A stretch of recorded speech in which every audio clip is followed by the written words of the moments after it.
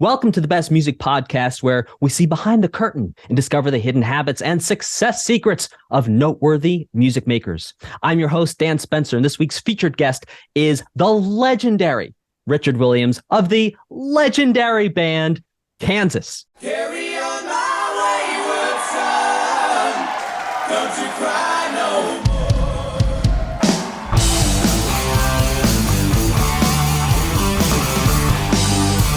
Dust in the wind, all we are is dust in the wind. How long to the point of no return?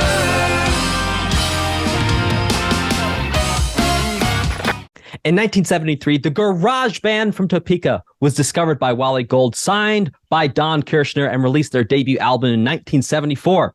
Kansas has gone on to compile a catalog that includes 16 studio albums and 5 live albums. Kansas has produced, count them with me, ladies and gentlemen, 8 gold albums, 3 sextuple-Platinum albums, those being Leftoverture, Point of No Return, Best of Kansas, 1 platinum live album, 2 for the show, 1 quadruple-Platinum single, Carry On Wayward Son, and another triple-Platinum single, Dust in the Wind. Most recently, Kansas has released 2 Billboard charting albums, with 2016's The Prelude Implicit and 2020's The Absence of Presence. Known as America's preeminent progressive rock band, Kansas will be touring 50 select North American cities to celebrate the band's 50th anniversary. Kansas' 50th anniversary tour, Another Fork in the Road, will showcase music spanning all 50 years of the band's illustrious history. The tour will showcase 2 hours of hits, fan favorites, and deep cuts rarely performed live. Kansas's 50th anniversary tour, Another Fork in the Road, is scheduled to premiere on June 2nd, 2023 in Pittsburgh, and will conclude on January 28th, 2024 in Fort Lauderdale, Florida. Pay attention to this one, folks. Tickets and Kansas VIP packages, most dates, are on sale now, and ticket information can be found at kansasband.com, and links for that are in the video description or in the show notes. If you are on audio, and to further celebrate the band's 50th anniversary, Inside Out Music has released Another Fork in the Road, 50 Years of Kansas. The 3-CD career-spanning collection features carefully selected tracks from across Kansas's sizable discography. It also includes a new version of the song Can I Tell You? Originally released on their 1974 debut album, the song is updated by the current lineup. I'm joined today by Richard. Thank you so much for taking the time out of your day to come chat with me and to listen to all your accomplishments listed out before you even have a chance to say a word. Yeah, that made me tired. I've been a lot busier than I thought. Busy indeed. Now, Richard, with all this success that you've had from an objective, record industry perspective, how do you define success for yourself internally? It's pretty easy for me. I became to completely internalize gratitude, being grateful for what my life has been, and I'm honored and overwhelmed by what I continue to get to do. This was a hobby. It was never, when we started, this was never a career. This was just, it was a passion, and there was no plan B.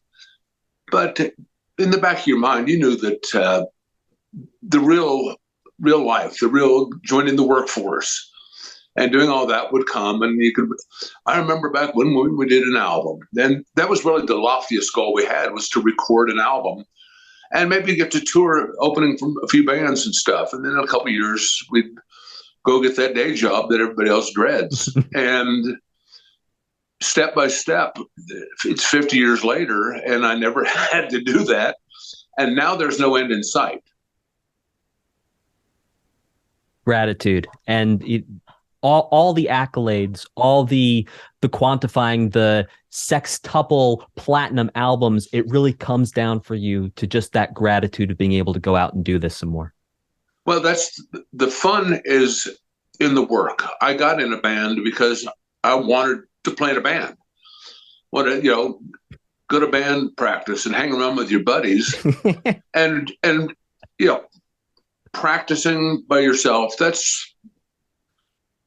That's a duty. It's not a joy, I would say.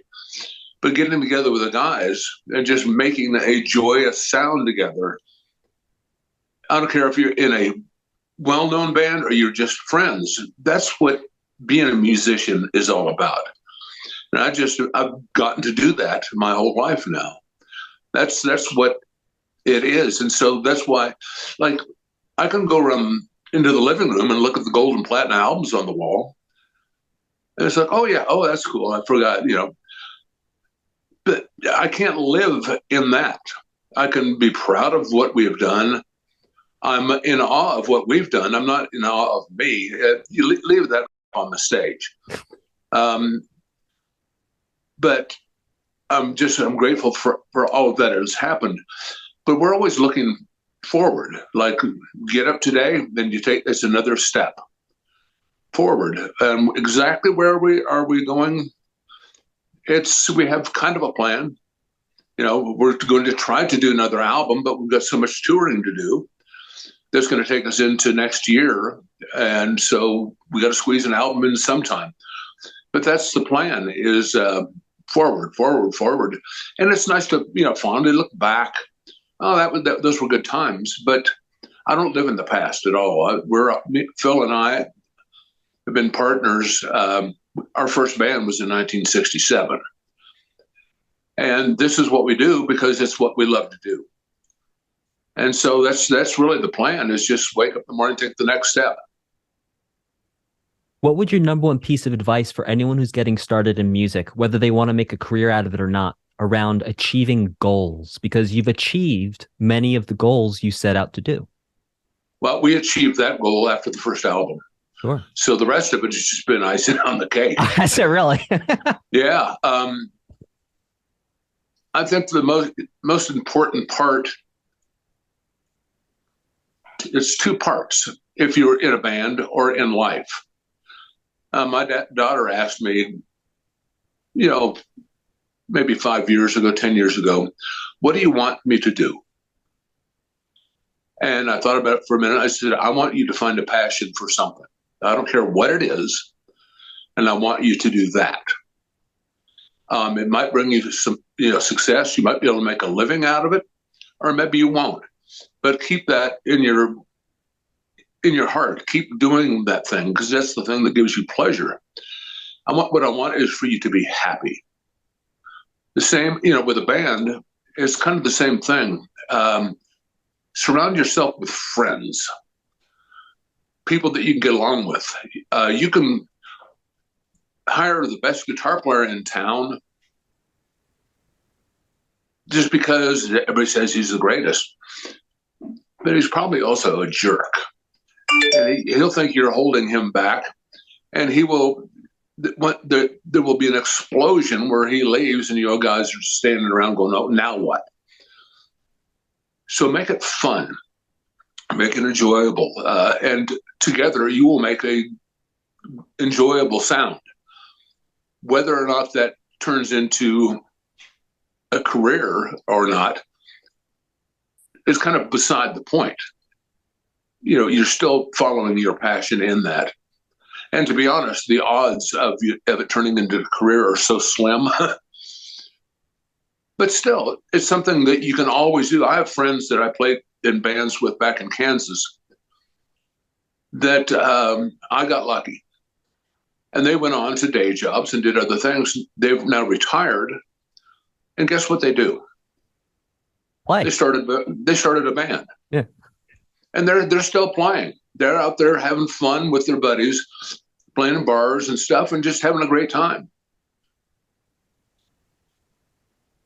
What's one of the most important lessons, or a top lesson you've learned about being in a team over the long term?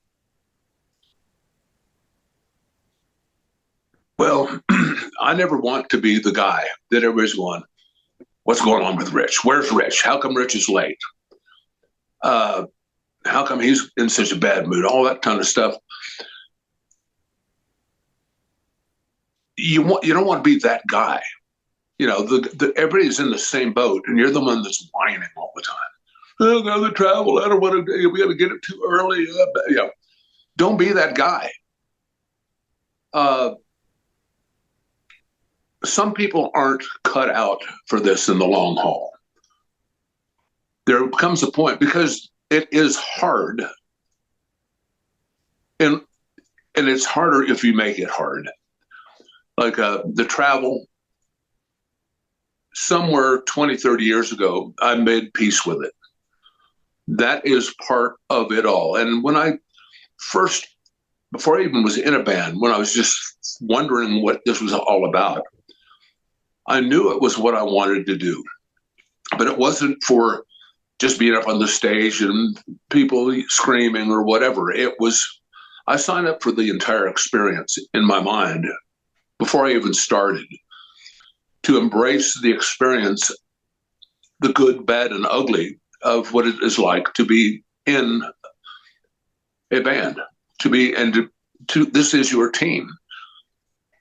Some people can do it for 10 years, some could do it for 20. A lot of people just wear out after a while. They say, I don't want to do this anymore. That being said, Phil and I have decided 20 plus years ago to continue this. It has to be fun. Because we just finished riding around the country in the 90s in a bus. And the classic rock hadn't made any kind of a rebound yet. And so that was, you kind of pay your dues in the early days, playing clubs and cover material and stuff. Then we had our heyday. And then all of a sudden, there wasn't a market for classic rock anymore. And so riding around in a bus, playing 5 shows a week, gone for 2-3 months at a time. You pull up to the back of a club, you walk in the back door, you play a show, you get on the bus, you go to the next club, walk in the back door, play a show. I call that, we refer to that as the dark ages. Don't remember much about it. It was so unmemorable and hard. And we don't want to ever do that again. So to do this, we have to revert back to the fun aspect. And so what we do, our crew does, all our gear is on the ground, and the ideal Kansas month, week, year is I'll leave on a Thursday afternoon. I'll fly to, let's say, Kansas City. And then wake up in the city we're playing. Friday, we play the show. Saturday morning, get up, and the next show is drivable. Let's say St. Louis. We drive over to St. Louis, play the show, go to bed. Wake up, I fly home on Sunday. So I'm home Sunday night, Monday, Tuesday, Wednesday. Thursday afternoon, I go to the airport again. It keeps it fresh. You never get burned out. And there's always a weekend to look forward to. Somebody gets sick, they have a chance to go home and get well. And they're not infecting everybody in the incubator that is called a bus. And so that's how we continue to do it and keep it fun and enjoyable for all. Can you talk about that moment, that conversation you had with yourself where you made peace with the holistic idea of being a rock star, not just the glamorous aspects of being a rock star? Well, it comes in stages. I kind of grasped the concept from the beginning. But the beginning was easy. You know, it was an adventure. It's like being on a pirate ship out on the ocean, conquering the universe. And we're young and dumb, and it's no thought of the future, just enjoying the moment of being in a band. But then there's you know, the travel and money. There's not any money. Certain aspects on the negative side start to creep in. But I had to weigh out, you know, this is what I want to do. This is what I've chosen to do. So how am I going to make peace with some of this? And it's even in songs, certain songs, I'm just tired of playing this song. And I caught myself in just going, what's wrong with you? There's tens of thousands of guitar players that would do anything to be in your spot right now. And you're whining. shut up and learn to play it better. Work on your tone, to be a lot, listen, play really tight with the drum kit, do everything you can, concentrate on performing that thing better. And it changes your attitude toward it. And it taught me, again, and reminded me of what I didn't know yet was gratitude. Gratitude is something, everybody's heard the word and understands the definition of it. But probably about 15 years ago, the light bulb went off as suddenly I internalized the feeling of it. And that was the game changer for me. And that process has made me completely accept all of this. Once again, it's this is who I am. This is what I do. I accept all the good and bad that comes with it, and I embrace it and look forward to it all. Changes, people will come and people will go. From band members to crew members, we are a family, and so it's tough when someone goes. You hate to see people in your family leave, but we've seen it enough to where Phil and I understand, excuse me, that is not the end of anything. It's the beginning of the next phase, and it's probably necessary that change happened to get to the next step. You don't want somebody out there that doesn't want to be there, somebody that's miserable in doing it. And so best wishes, hate to see you go. And who's next? Somebody's on deck, bring them in.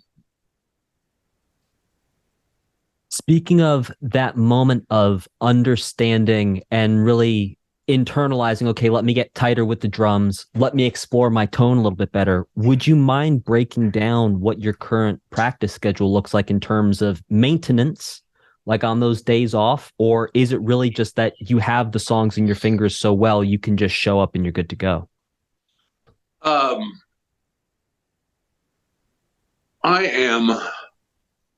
I've suffered stage fright my entire life. And I've just walked through it, knocked the wall down. But it is always there, butterflies and stuff. For me, I can't just show up and play.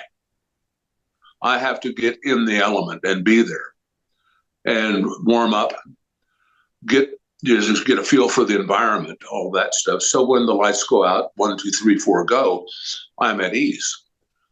Now, ever since Ronnie Platt joined the band, there was something that Phil and I always wanted to do, was to rehearse before the show. It gets us all in a mindset of showtime. And so we will sound check, and sound check is always pretty brief. It's just a line check, make sure everything's working.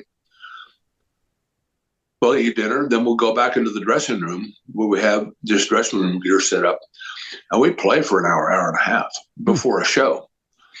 There will be, spots. Okay, I blew this last night, so let's go over this one section 3 or 4 times, and it's just to kind of erase that spot. Or I'm struggling with this, or I want to try something else with a solo, or someone else's.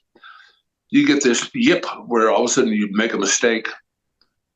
And all of a sudden you keep returning to the mistakes. And it happens to everybody. So let me go through this, guys, bear with me. Let's do it 4 or 5 times so I can work that out. And we spend that time doing that. And so by the time we step on stage, everybody's warmed up, everybody's feeling confident. And we just move it from the dressing room to the stage. We've already been playing.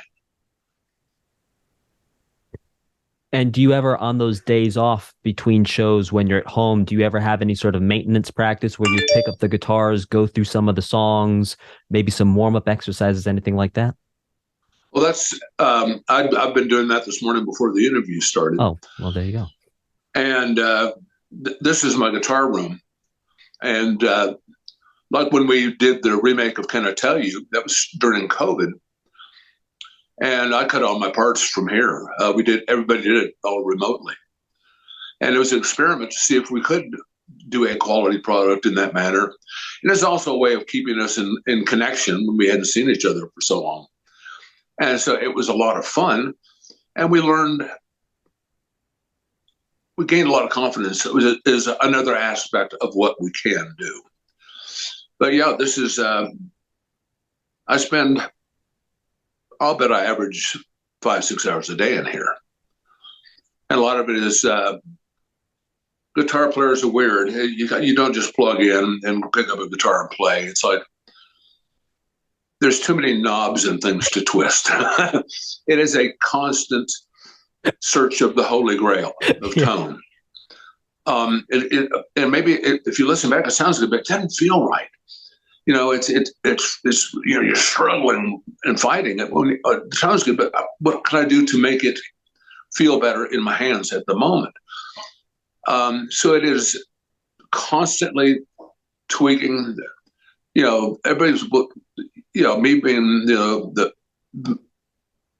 for the most part the main guitar player, and I've always been experimenting with gear. The band calls it knob dicking. Oh, Rich is knob dicking again. Hey, Rich, come on, let's go. Yeah, I mean, I'm just constantly, what does this do? Or turn it back here. Yeah, and especially with modern gear, there are so many thousands of options times thousands of options. The permutations of that is millions of things you can do on any one preset. I kind of long for the days when I would just plug it into the front of a Marshall amp and that was it. But I'm on a journey of the Holy Grail. And just another realization that I love the journey of doing it. And so I know I'll never find it. And that kind of makes me happy.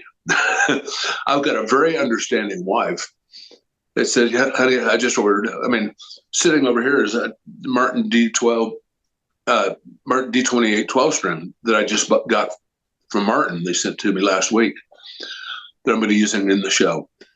And so it's a new piece of gear. I just bought a new 30-watt Landry tube amp that I'm going to try and incorporate in my rig. It is just smokes. It's a 2-channel, basically modified Plexi style amp. So I'm considering going back to into the tube realm again.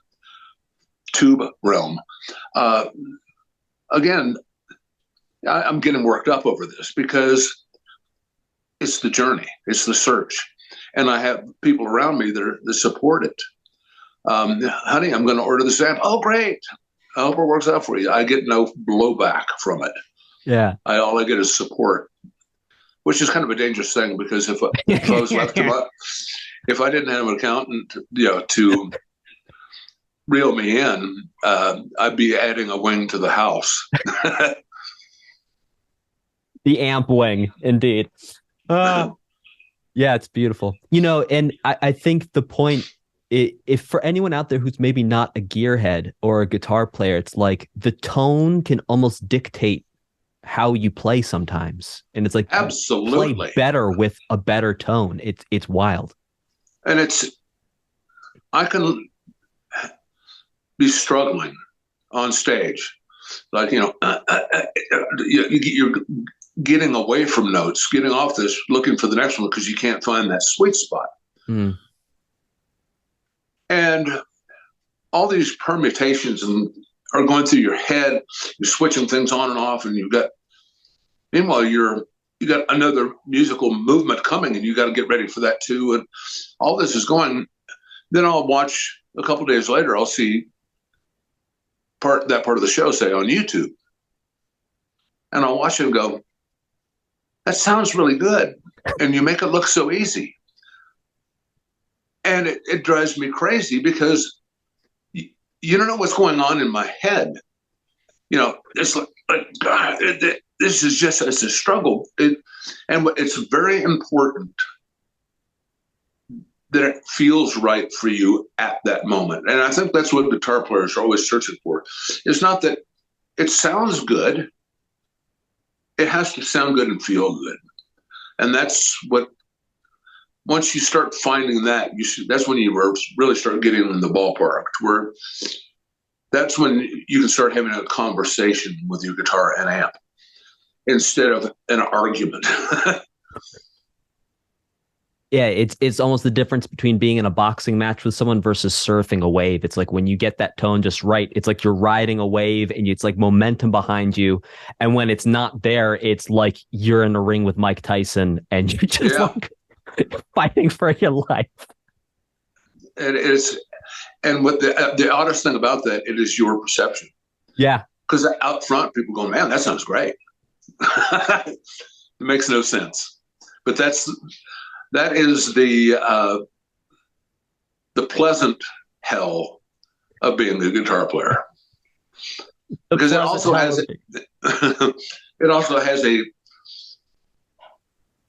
a pleasant side product, because it forces you to buy more stomp boxes, more guitars, and more amplifiers. May the collection continue. Yep. Richard, what do you think? Broad level, what's your number one piece of advice for anyone around practicing? I missed part of that. Sure. What's your number one piece of advice for people around practicing? Something I need to do more, I always stray away from it, would probably be, practice with a metronome. Also, record yourself and, just record it, just play anything, and then listen back and see what you're doing. Because what you're hearing in your head in the moment might not be what you were intending. Meter is really important, because the more I found it, like songs that we've played for a long time, you naturally ebb and flow sometimes with meter, because it's up to a crescendo and you're kind of speeding up a bit, and then when it comes back down and you're slowing down too much, it becomes natural to you. You don't hear the difference. But for the other people playing with you, they don't know where your head is. They're all thinking in a certain meter.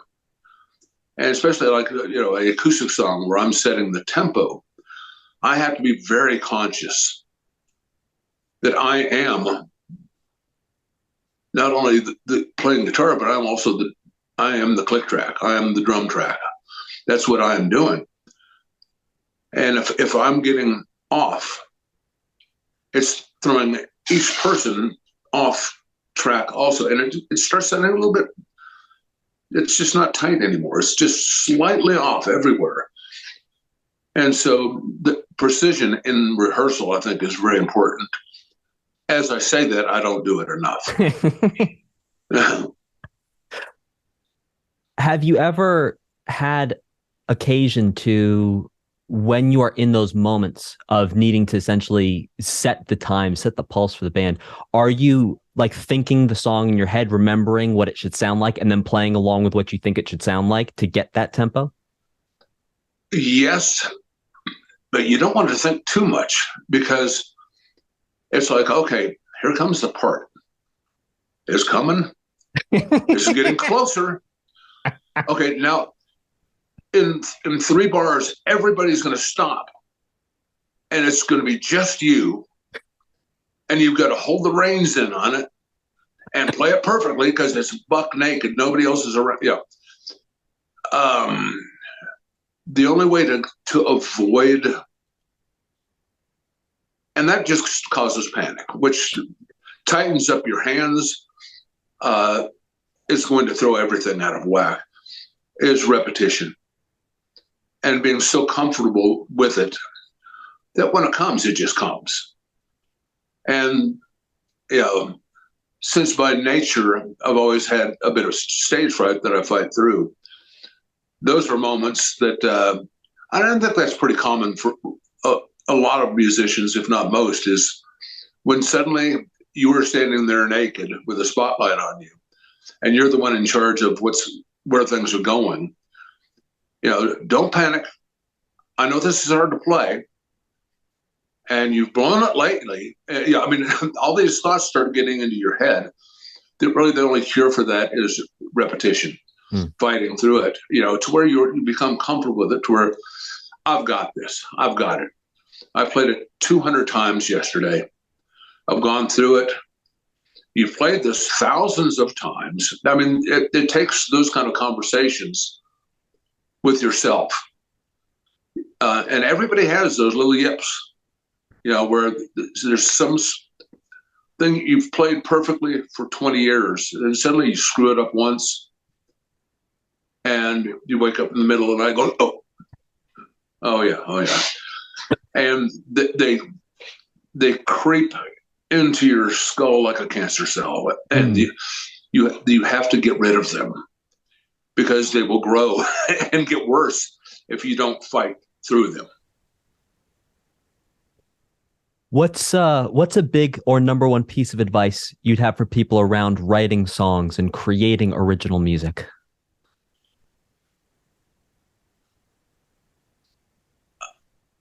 What I can say is only through our experience, and that is be yourself.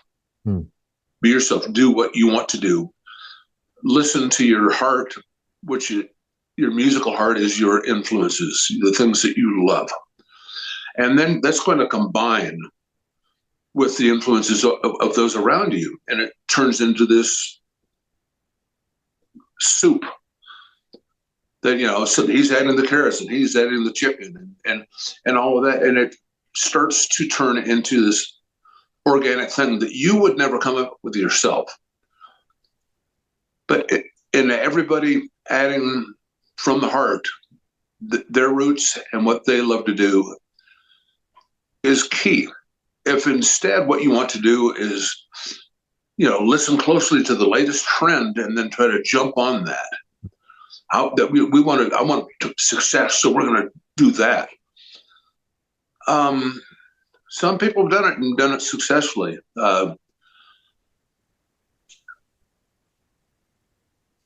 People can tell when you are being real. Like say Tom Petty. Tom Petty, I'm a prog guy. That's what from when Kansas started, that's where my ear was. Tom Petty's music is very simplistic, good band, good solid band, but he's real. I believe him. I believe that band is as genuine as any. I think that's very important. Bob Dylan, the greatest singer on earth? My God, no. But do you believe him when Yes. when he does what he does? These things are genuine. There's nothing nothing fabricated, nothing artificial about them. Excuse me. And I think it's hard to be a fake for very long with any success. Be true to yourself. Don't try to invent yourself within the current fad.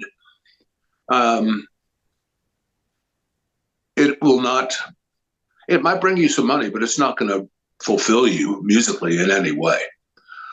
And that's the only way we've known how to do it. For some, it may be just all about the money. I don't know. But for us, the music has always come first. Richard, I have one more question for you here today. Sure. What is it that you would like for your legacy to be?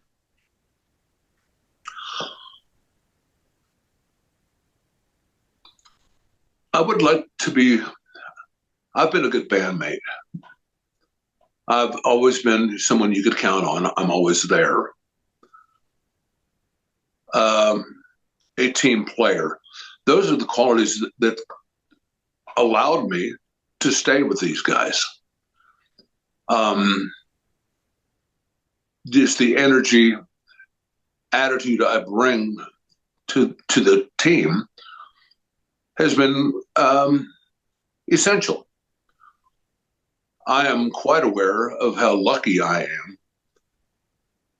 And I'm very grateful for all of that. I also know that talent-wise, there are, I mean, good grief, go to YouTube and watch. There's 13-year-old girls that are 50 times better than me. You have to remember that it's not a race. Music is objective. It's not about who is the most proficient. I played from the heart, and I tried not to be too predictable.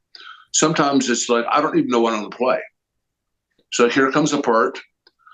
I've been kind of in a bit of a rut here, so just wait for it and let it go.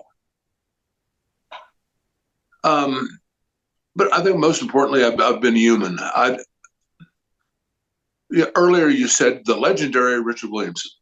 Kansas has created a legacy. And I can look at the legacy of Kansas and be quite proud and amazed of it all. I can't comfortably or realistically place myself in that. I'm just a guy who loves to play guitar and is very fortunate that got to do it his whole life. You leave that on the stage. The luckiest, I would say at the end of the day, the luckiest guy in the world to have been given the opportunity to do what I loved my entire life.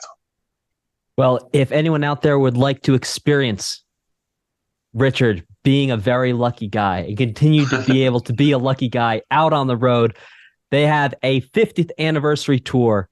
And 50th Anniversary Inside Out Music has released another Fork in the Road 50 Years of Kansas, a 3-CD career-spanning collection, features carefully selected tracks from across Kansas' sizable discography. Links for both the tour and the 3-disc compilation will be in the show notes if you're on audio, and if you are in YouTube, in the video description.